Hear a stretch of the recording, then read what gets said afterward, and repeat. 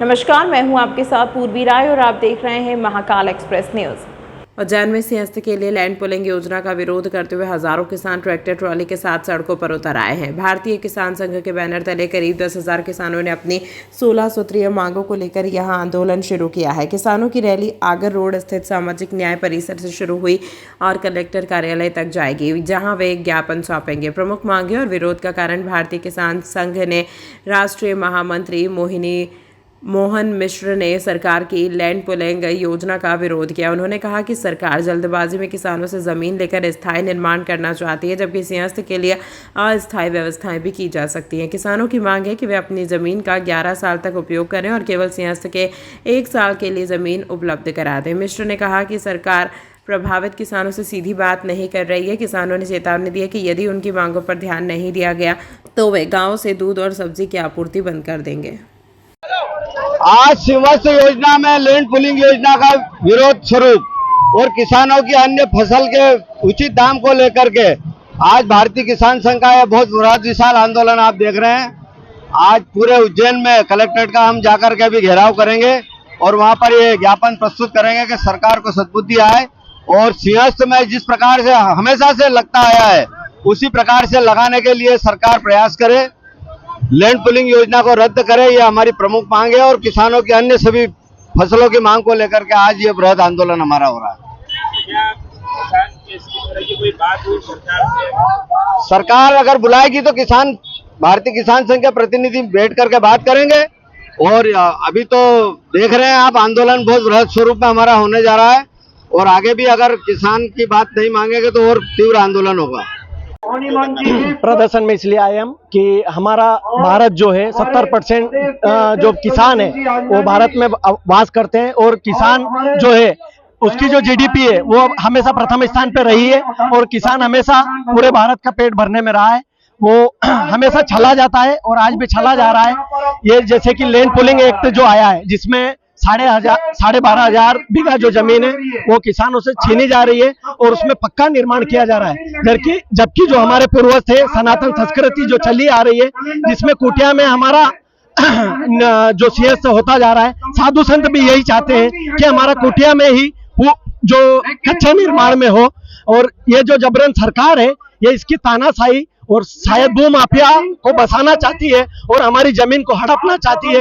इसके विरोध में हम ये बोलना चाहते हैं कि हमारी जमीन मत लो। हम हमेशा जो 1 साल के लिए देते हैं, हम पैसे लेते हैं, मत दो हमारे पैसे 1 बीघे के 1 साल के, लेकिन हमारी जमीन को पक्का निर्माण नहीं किया जाए। इसमें हमारे जो जैसे कि कम जमीन वाले जो किसान है जिसकी 10 बीघा 5 बीघा जमीन है उससे आधी जमीन छीनी जा रही है। वो क्या कमाएगा, क्या खाएगा, उसका परिवार का पालन पोषण कैसे करेगा।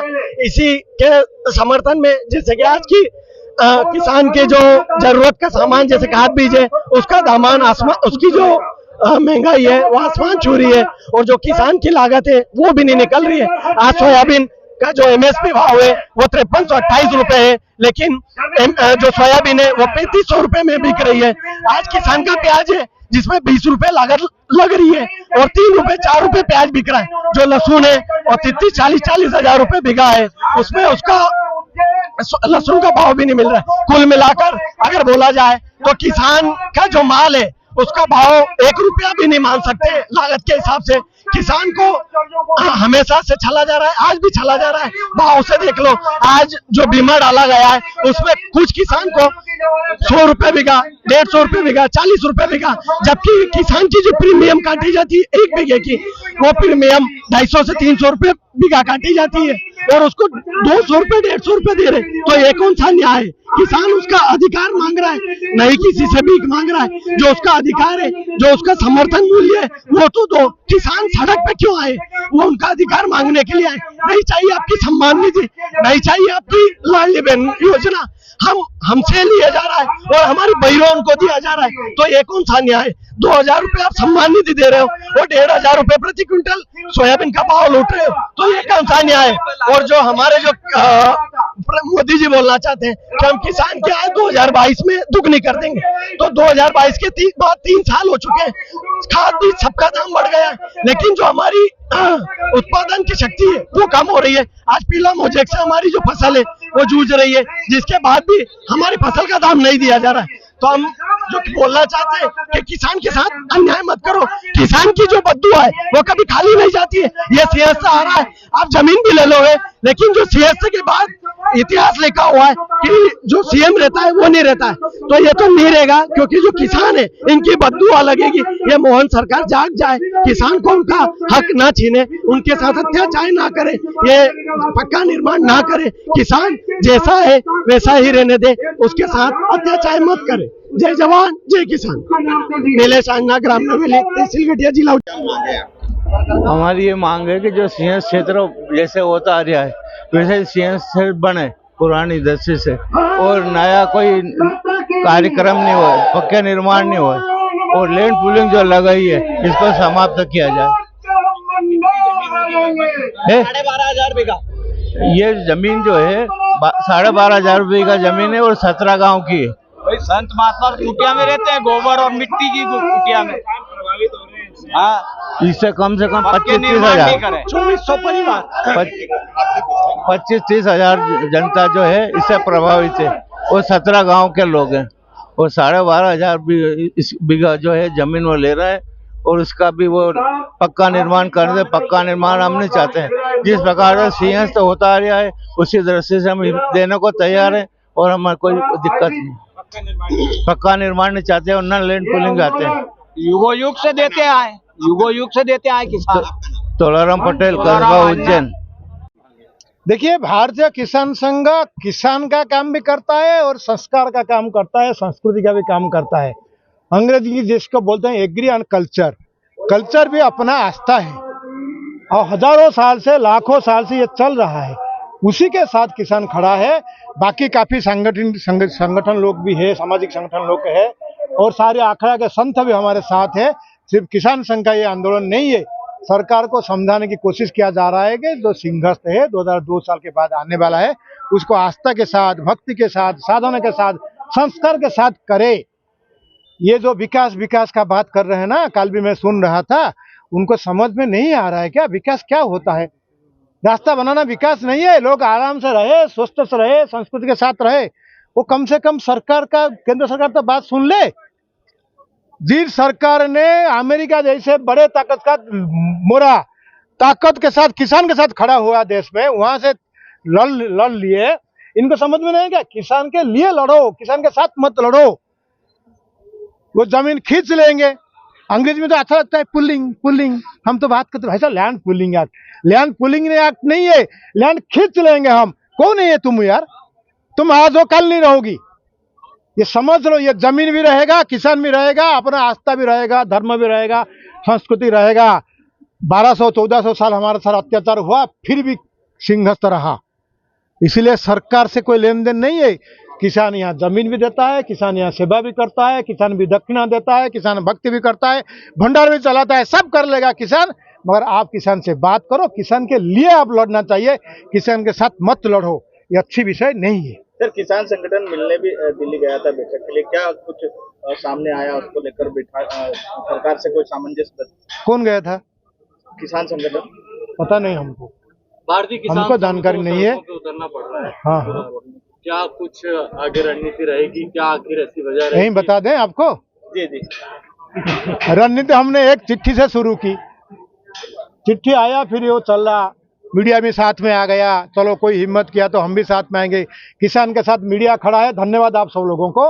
और रणनीति आपको थोड़ी बताएंगे, ऐसा नहीं बताते हैं। मगर सिंहस्थ अच्छा हो, बढ़िया हो, ये सरकार की नाम भी हो, बदनाम ना हो, ये हम उनको समझाने की कोशिश कर रहे हैं। अगर उनको चाहता है वो बदनाम होगा तो होगा, फिर आगे देखेंगे। सरकार तो लगातार ये समझाने का प्रयास कर रही है कि लैंड पूलिंग है। किसको समझा रहा है? मीडिया में कहाँ जारी किया? कहाँ? समझाओ, किसान के सामने आ जाओ। उनको पता नहीं लैंड पुलिंग जहां जहां हुआ। बताऊं आपको, थोड़ा बता दे उनको, आप भी पहुंचा दो। पहला लैंड पुलिंग देश में अमरावती में हुआ, आंध्र प्रदेश में। चंद्रबाबू नायडू का हालत क्या हुआ, ग्रीन हरा गमछा डालते डालते गांव गांव घूमने लगे, माफी मांगने लगे। पूछो उनको, वो बता देगा लैंड पुलिंग का क्या स्थिति है। तो लैंड अभी पंजाब का सरकार और जो अड़ियल सरकार है वो भी वापिस ले लिया। आप उसको समझ लो, लैंड के साथ जहां झगड़ा हुई नंदीग्राम सिंगूर में, अभी वामपंथी वहां सरकार आएगा कभी 100 साल के बाद भी कल्पना भी नहीं कर रहा है। समझो विषय को, हम क्या समझाएं, आप समझा दो उनको। जहां जहां मातृभूमि के साथ, जमीन के साथ, माटी माँ के साथ, जहां जहां किसान के साथ लड़ाई हुई, वहां वहां क्या हालत हुआ शासन की, प्रशासन की, ये सरकार को सोचना चाहिए। आप खींच लोगी जमीन, बना दोगी बिल्डिंग, 11 साल तक क्या होगा वो जमीन में, वो बिल्डिंग में क्या होगा पूछो उनको, वो शौचालय का क्या होगा पूछो उनको, क्या करेंगे, करेंगे क्या, उत्तर दे दे सबके सामने, किसान के सामने, हम 11 साल तक क्या करेंगे, क्या होता है ऐसा सबको पता है। इसलिए गलतफहमी में नहीं रहना, सरकार समझ जाना, किसान के साथ बात कर लो। किसान 1 साल के लिए जमीन देने को तैयार है, सेवा भी करेगा, भंडारे भी करेगा, संतों का स्वागत भी करेगा, दक्षिणा भी देगा, सब करेगा। अगर सरकार ये निर्णय वापस नहीं लेती तो बता दें, आप आ जाना बैठक में, बता देंगे। न्यायालय में जाने की तैयारी। आ जाओ साथ में। देखो, भारतीय किसान संघ दुनिया का सबसे बड़ा किसान संगठन है, ये मान के चलो। भगवान बलराम की जय। दुनिया का सबसे बड़ा देश जिसको मानते हैं ताकत, उसके पास 19 लाख किसान है। भारतीय किसान संघ के साथ 50 लाख तो मेंबर है, रसीद कटा हुआ, बाकी लाखों गांव में बड़ा संगठन है। वो समझना चाहिए, ऐसा नहीं है कि हम तो हिंसा करते नहीं है, मगर हम किसी राजनेता को ये हम मकसद नहीं देते कि आ जाओ हमारे मंच पे, मगर हम कुछ भी कर सकते हैं, ये ध्यान में रखना। न्यायालय भी जाएंगे सर? देखिए, आर पार की लड़ाई कुछ नहीं होता है, ये बार बार लड़ाई होता है ना। एक बार किसान चला गया तो हो गया, एक बार सरकार निकल गया तो हो गया, ऐसा नहीं होता है। लड़ाई चलता रहता है, समाधान निकलता रहता है। इसे बोलते हैं संवाद करो, हम सहयोग भी देंगे, समझौता भी कराएंगे, मगर इसमें समझौता नहीं कि यहाँ परमानेंट स्ट्रक्चर बिल्डिंग बने। कानून में भी नहीं है, किसान भी मानता है, यहाँ आस्था के साथ सिंहस्थ जैसे होना चाहिए ऐसे होना चाहिए। लेकिन लैंड पूलिंग एक्ट लागू कर दिया गया है सर, उसमें हो गया लागू? हाँ सर, लेकिन उसको नोटिफिकेशन हो गया। उसके हवाले से देखो पत्रकार बंधु, जानकारी ले लो, जानकारी ले लो। सर सवाल सुन लीजिए पूरा। हाँ। इसके हवाले से ही तो ये जो है आने वाले समय में सिंहस्थ का जो पक्का निर्माण होना है, उसके हवाले से ही तो सरकार कह रही है कि हम पक्के निर्माण करेंगे। तो क्या आप लोगों का कुछ संवाद हो पाया है, क्या कुछ हो पाया है? वो बुलाएंगे तो बात करेंगे ना, वो तो कहीं छुपे हुए हैं, छुप छुप कर बात कर रहे हैं, किसान के बीच में आने की हिम्मत नहीं कर पा रहे हैं। हम तो जानते थे कि यहाँ अगर किसान का बड़ा जमघट होता है तो मुख्यमंत्री को आते हैं बात करने के लिए, ये कोई अड़ियल रवैया उठाते, कौन उनके पीछे है पता नहीं हमको। देखिए, विषय गंभीर है। मैं आपको एक बड़ा विषय बता रहा हूँ, विषय गंभीर है। कोई ताकत ये लैंड पूलिंग के नाम पर, सरकार के नाम पर किसान और समाज में एक संघर्ष खड़ा करना चाहता है। देश में अराजक फैले, संघर्ष हो, कौन बैठा है अमेरिका में आपको जानकारी है, किसी के माध्यम से कराता है वो जानकारी है। एक पक्ष ये भी है, उसको सरकार को जांच करना चाहिए, कहीं उसके पीछे सोरोस तो नहीं है जो चाहता है झगड़ा देश में। पिछले 3-4 साल से आप जानते हैं कहाँ कहाँ झगड़ा हुआ है, कहाँ कहाँ गोली चला है, कहाँ कहाँ किसान मरा है, कहाँ कहाँ झंडा, लाल किला पर कौन सा झंडा चढ़ गया, सब जानते हैं आप लोग, मगर उसको जोड़ते नहीं है, क्यों पता नहीं हमको। ये सिर्फ यहाँ का विषय नहीं है, विदेश से भी फोन आ रहा है, भाई साहब क्या हो रहा है, कोई संघर्ष की तैयारी कर रहा है किसानों के साथ, और देश में अब देश में तो नहीं हो पा रहा है, अराजक नहीं बन पा रहा है, तो टुकड़े टुकड़े में राज्यों में करने की कोशिश है, उसको ध्यान में रखो। लाठीचार्ज भी तो सर, किसानों पे लाठीचार्ज भी होते हैं, कई जगह जेल नहीं जाना पड़ेगा ऐसा लग रहा है। ऐसा आपको लगता है? क्यों जाएंगे जेल, क्यों जेल में जाएंगे? जेल में जाने के, इसके समाधान के लिए उतरे मैदान पे, जेल जाने के लिए नहीं है। सरकार आपसे बात नहीं कर रही थी, आपने खूब आगे रह के कोशिश की, क्यों करे? कहीं ना कहीं वो क्यों नहीं करे? उनने छुप छुप के कानून निकाल रहा है, छुप छुप के बात कर रहा है। जमीन लेना है किसान का, 1800 किसान का जमीन जाने वाला है, उसके ऊपर और निर्भर किसान 10-15 हजार होंगे। आस्था देश का है, सिंहस्थ आपका थोड़ी है। जब आपके सरकार नहीं था तब भी सिंहस्थ था, आपका सरकार, आपका जितने सरकार आए हैं वो तब नहीं था, उसके पहले भी सिंहस्थ चल रहा था और किसान के खेती के आधार पर चल रहा था, इसको समझो। सर क्या न्यायालय चले जाएंगे सर फिर अगर थोड़ी आपको बताएंगे यार, ऐसा आप पूछ रहे हो न्यायालय जाएंगे, कहाँ कौन सा न्यायालय है? न्यायालय गए, आपको पता है क्या? हमारा माननीय बड़े न्यायालय बोला कि किसान का कोई अधिकार नहीं है, उनको क्या बोलते हैं, रिसेटलमेंट करने के लिए अधिकार नहीं है, बोल दिए सुप्रीम कोर्ट, बोल दिए 17 जुलाई को बोल दिए। क्या बोले न्यायालय के बारे में? अगर न्यायालय इतना ताकतवर होता आज संज्ञान में ले लेता उज्जैन का विषय। फराली वाला दिया, किसान ने संज्ञान में ले लिया, और कुछ हो गया, किसी ने कुछ थूक दिया तो संज्ञान में ले लिया। अरे किसान परेशान है, सिंगत परेशान में संज्ञान में लेना न्यायालय। Thank you. अब तक कितने चालान बना दिए गए और क्या अभियान है? अभी आज दिनांक तक जो है करीब लगभग जो है 1700 चालान हो चुके हैं। और इसमें जैसा कि हमने जा कर के कई जगह ट्रैफिक नियमों का पालन करने की समझाइश भी दे रहे हैं, और इसमें जो है बिना लाइसेंस और drink and driving, over speeding, mobile से बात करना, रॉन्ग साइड चलाना, ये जो विशेष कारण है जिनके कारण सड़क दुर्घटनाएं ज़्यादातर होती हैं, उनको टारगेट करके जो है ये पुलिस मुख्यालय का आदेश है कि इन पर जो है इन्फोर्समेंट की कार्रवाई जो है कड़ाई से करी जाए, ताकि जो है सड़क दुर्घटनाओं में कमी की जा सके। सर, तथ्य लेकर भी समझाइश दी जा रही है।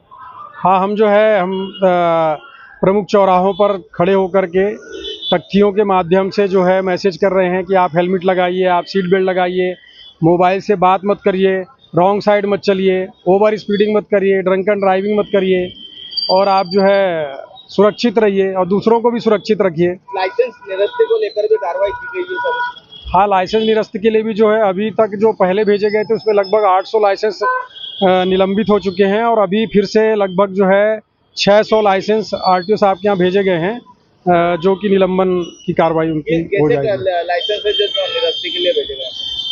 ये जो ड्रंक एंड ड्राइविंग है, हेलमेट नहीं लगाते, और इसी प्रकार की जो अन्य जो यातायात नियमों का उल्लंघन करते हैं, उनका जो है लाइसेंस निलंबन के लिए भेजा गया है। शहर में इन दिनों भारी वाहन में जो है बसेस वगैरह, ये हाँ हाँ, इसमें जो है जैसे अभी जो बसों पर भी हमने कड़ी कार्रवाई करी है।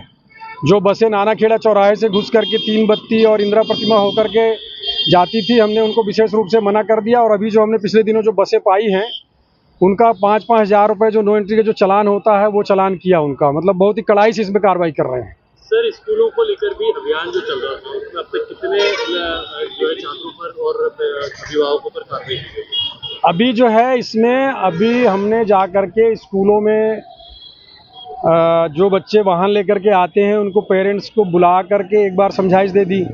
उसके बाद हमें जो मिले अभी तो लगभग जो है ऐसे 15-20 अभी चालान बनाए गए हैं अभी। और अभी एक बार हमने क्या उनको समझाइश दे दी कि भाई आप जो है नाबालिग को वाहन मत दीजिए। कई बच्चे ऐसे हैं जिनकी एज 16 साल से ऊपर हो चुकी है, लेकिन उन्होंने लाइसेंस नहीं बनवाया है, तो उनको भी बता दिया कि भाई आप लाइसेंस बनवाइए तभी वाहन चलाइए। और अभी आगामी दिनों में जो कार्रवाई होगी उसमें कड़ाई से चालानी कार्रवाई करी जाएगी। पितृपक्ष में समाज सेवी अनिल डागर द्वारा शिप्रा नदी में लावारिस 141 मृतकों की आत्मा शांति के लिए तर्पण पूजन किया। समाज सेवी अनिल डागर पिछले 40 वर्षों से लावारिस लाशों का अंतिम संस्कार करते आ रहे हैं। डागर के अनुसार लावारिस लाशों का अंतिम संस्कार करने के कारण इन सब का भार मुझ पर रहता है। सनातन धर्म के श्राद्ध पक्ष में तर्पण श्राद्ध करने से मृतकों की आत्मा को शांति मिलती है। अनिल डागर द्वारा पुलिस प्रशासन की सूचना पर सड़क, नदी, रेल पटरियों, फांसी, बीमारी सहित विभिन्न कारणों से अज्ञात शव को उठाकर उनका अंतिम संस्कार किया जाता है। इस वर्ष 141 लावारिसों का अंतिम संस्कार किया गया। इन सभी की आत्मा की शांति के लिए श्री विप्रवैदिक गुरुकुल के बटुकों द्वारा मंत्रोच्चार के बीच अनिल डागर, धर्मेंद्र जोशी, गुडा टांग, आजू खान, सुमन मालवीय आदि के साथ तर्पण किया गया। अनिल डागर ने बताया कि वे पिछले 40 वर्षों से लावारिस लाशें उठाने का काम कर रहे हैं, लेकिन जब से महाकाल कॉरिडोर बना है तब से लावारिस लाशों की संख्या में अचानक बढ़ोतरी हुई है, जिसके पीछे बड़ा कारण यह है कि इंदौर नगर निगम के साथ ही मध्य प्रदेश के अन्य नगर निगम से लावारिसों को उज्जैन लाकर छोड़ा जा रहा है, जिससे उज्जैन में अचानक लावारिसों और उनके मौत के बाद लावारिस लाशों की संख्या बढ़ गई है। ये इसका हाथ है ना, इसका हाथ कराओ आगे, हाथ खींचो इसका। तो आज किस तरह की पूजा आपने यहाँ कराई है और क्या महत्व की पूजा है? आज विगत 40 सालों से यहाँ पर अनिल डागर जी समाज सेवी जो हैं वो विगत 40 सालों से श्राद्ध पक्ष में जो दिवंगत आत्मा रहती है, जो लावारिस लाश रहती है, उनके मोक्ष के लिए यहाँ प्रतिवर्ष अनुसार श्राद्ध तर्पण करते हैं और हमारे द्वारा यह तर्पण कराया जाता है। ये तर्पण इसलिए कराया जाता है कि इनके द्वारा जो लाशों का दाह संस्कार करा जाता है उनका मोक्ष होने के लिए तर्पण करना जरूरी है। अगर इन लाशों का मोक्ष नहीं तर्पण नहीं करेंगे तो उनका मोक्ष नहीं होगा, और मोक्ष नहीं होगा तो इधर उधर भटकती रहेगी, उनकी आत्म शांति नहीं मिलेगी। इसलिए यहाँ पर प्रतिवर्ष अनुसार डागर साहब द्वारा प्रतिवर्ष द्वारा तर्पण श्राद्ध कार्य किया जाता है। आपका नाम? उत्तम गुरु। तर्पण आपने किया है, किन लोगों का तर्पण किया है और क्या स्थिति है अभी उज्जैन में? अभी क्या है, जब से कॉरिडोर बना जब से लाशों का संख्या बढ़ी है। पहले साल में मुझे मिलती थी सिर्फ 20 लाश, और अभी फ़िलहाल अभी साल पूरा बाकी है, बाकी 142 लाशें अभी हो गई है और अभी 2 लाशें पड़ी है। ऐसे करके लाशों का अंबार बढ़ा है, लावारिस लाशों का। नदी भी उफन रही है, अभी नदी में से भी लाशें निकल रही है, लाशों का दौर जारी है। और दूसरा ये है कि ये क्या है, लाशों का आंकड़ा इसलिए बढ़ा है कि खास करके इंदौर से रात में छोड़ के जा रहे हैं नगर निगम, और एमपी की सारी नगर निगम है जितनी भी, वो रात को छोड़ के जाती है, इसलिए लाशों का अंबार बढ़ा है। आज आपने तर्पण भी आज लावारिस आत्मा शांति के लिए, और मेरे पूर्वज, मेरे माता पिता, मेरे भाई, मेरा भाई, मेरा लड़का, इन सबकी आत्मा शांति के लिए, लावारिस आत्मा शांति के लिए मैंने 141 लाशों का दाह संस्कार तर्पण किया है रामघाट पर प्रेम गुरु के द्वारा, और हमारे उत्तम गुरु के द्वारा हमने आज इसको हर साल की तरह इस साल भी हमने लावारिस को आत्मा शांति के लिए उत्तम गुरु और प्रेम गुरु के द्वारा ये इनकी आत्मा शांति भी और इनका तर्पण हमने किया है। किस तरह से तर्पण करते हैं यहाँ पर और कैसा लाभ मिलता है? लाभ ये है कि अगर तर्पण अगर नहीं करते पूर्वजों का या अपने लावारिसों का, तो ये इनका भार मेरे पे आता है, मेरे परिवार पे आता है, इसलिए इनका तर्पण करना बहुत जरूरी है और इनको मोक्ष भी मिल जाता है। कितने सालों से कर रहे हैं आप? ये 40 साल हो गए अभी तक। तो अभी तक कितनी लाशों का आपको? अरे इसका तो क्या बोलो, 40, ये समझ लो कि 20-21 हज़ार लाश तो हो गई होगी अभी तक। मैं रिकॉर्ड के मेरे पास रखता हूँ, मैं इसको प्रशासन के पास भी रहता हूँ, मेरे पास भी रिकॉर्ड रहता है इसका। इसमें ये नहीं है कि लावारिसी, मर्डर, हत्या, बलात्कार, ये चीज़ें भी है इसमें।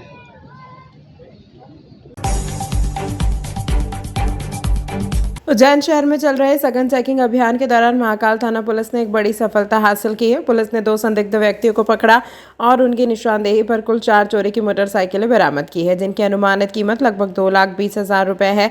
पुलिस अधीक्षक प्रदीप शर्मा के निर्देश पर शहर भर में वाहनों की जाँच की जा रही है। इसी क्रम में महाकाल थाना प्रभारी गगन बादल के नेतृत्व में टीम ने शंकराचार्य चौराहे पर वाहन चेकिंग शुरू की।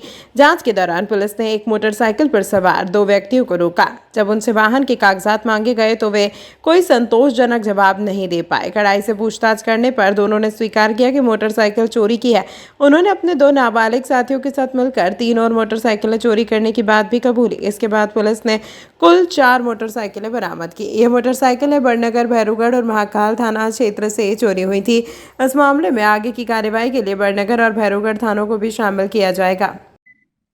उज्जैन पुलिस द्वारा आज पुनः एक वाहन चोर गिरोह का खुलासा किया गया है। थाना महाकाल क्षेत्र में शंकराचार्य चौराहे पर आज वाहन चेकिंग के दौरान एक मोटरसाइकिल पे 2 संदिग्ध व्यक्ति दिखे, जिनको चेकिंग के दौरान रोका गया। मोटरसाइकिल के कागजात पूछे जाने पर उनके द्वारा मोटरसाइकिल के कागजात नहीं होना बताया। जब गहनता से उनसे पूछताछ की गई तो उनके द्वारा चोरी की मोटरसाइकिल होना बताया, और अपने 2 अन्य नाबालिग साथियों के साथ में और भी मोटरसाइकिल चोरी करना बताया। जब इसके ऊपर कार्य किया गया तो कुल मिलाकर 4 मोटरसाइकिल कीमती 2,20,000 की बरामद की गई है, और इसके अतिरिक्त 2 अन्य नाबालिग जो है चोर भी पकड़े गए हैं, तो उन पे विधि अनुसार जो है उनको कार्रवाई की जा रही है। हाँ, एक आरोपी का साधारण मारपीट का है और दूसरे आरोपी का भी रिकॉर्ड है, तो उस पर भी विधि अनुसार कार्रवाई की जा रही है। कहाँ ये एक बड़नगर से की गई है, एक भैरूगढ़ क्षेत्र से की गई है, एक महाकाल क्षेत्र से की गई है। इस प्रकार से अनेक थानों में इनके द्वारा चोरी की वारदात की गई है। कहाँ के रहने वाले हैं? ये एक भैरूगढ़ क्षेत्र का है, एक महाकाल क्षेत्र का है, और 2 नाबालिग भी महाकाल क्षेत्र का है। बाबा महाकाल के दरबार पहुंचे शनि शक्तिपीठ के पीठाधीश्वर दाती महाराज। राष्ट्र की समृद्धि के लिए बाबा महाकाल से कामना की। उज्जैन श्री सिद्ध शक्तिपीठ शनिधाम पीठाधीश्वर और श्री पंचायती महानिर्वाणी अखाड़े के श्री 1008 महामंडलेश्वर परमहंस दाती जी महाराज आज राष्ट्र की सुख समृद्धि की कामना लेकर उज्जैन बाबा महाकाल के दरबार में पहुंचे, जहां उन्होंने बाबा महाकाल का पूजन अर्चन किया और उसके बाद नंदी हॉल में बैठकर ओम नमः शिवाय का जाप करते हुए ध्यान भी लगाया। त्र्यंबकम यजामहे सुगंधिम पुष्टिवर्धनम उर्वारुक्मिबंधनात् प्रतिमंत्र से महामंत्र। जय जय महाकाल। ये मेरा सौभाग्य है कि महाकाल के चरणों में आज मत्था टेकने का अवसर मिला। मेरा राष्ट्र सुखी रहे, मेरा राष्ट्र समृद्धिशील रहे, मेरे राष्ट्र में शांति रहे और मेरा राष्ट्र का वर्चस्व रहे, मेरा राष्ट्र का युवा और किसान मौजूद हो और मेरे राष्ट्र की सीमा पर खड़ा प्रहरी सुखी समृद्धि और स्वस्थ रहे, इसी प्रार्थना के साथ आज महाकाल के चरणों में मत्था टेका। मेरा एक ही उद्देश्य कि मेरा राष्ट्र समृद्धिशील, सुखी और स्वस्थ और सुरक्षित रहे। बस यही भावनाओं के साथ आज सोमवार है और महाकाल के चरणों में मैंने मत्था टेका कि प्रभु मेरे राष्ट्र को सुखी और स्वस्थ और सुरक्षित रहे। नमन। तमाम महत्वपूर्ण खबरों के लिए देखते रहिए महाकाल एक्सप्रेस न्यूज़।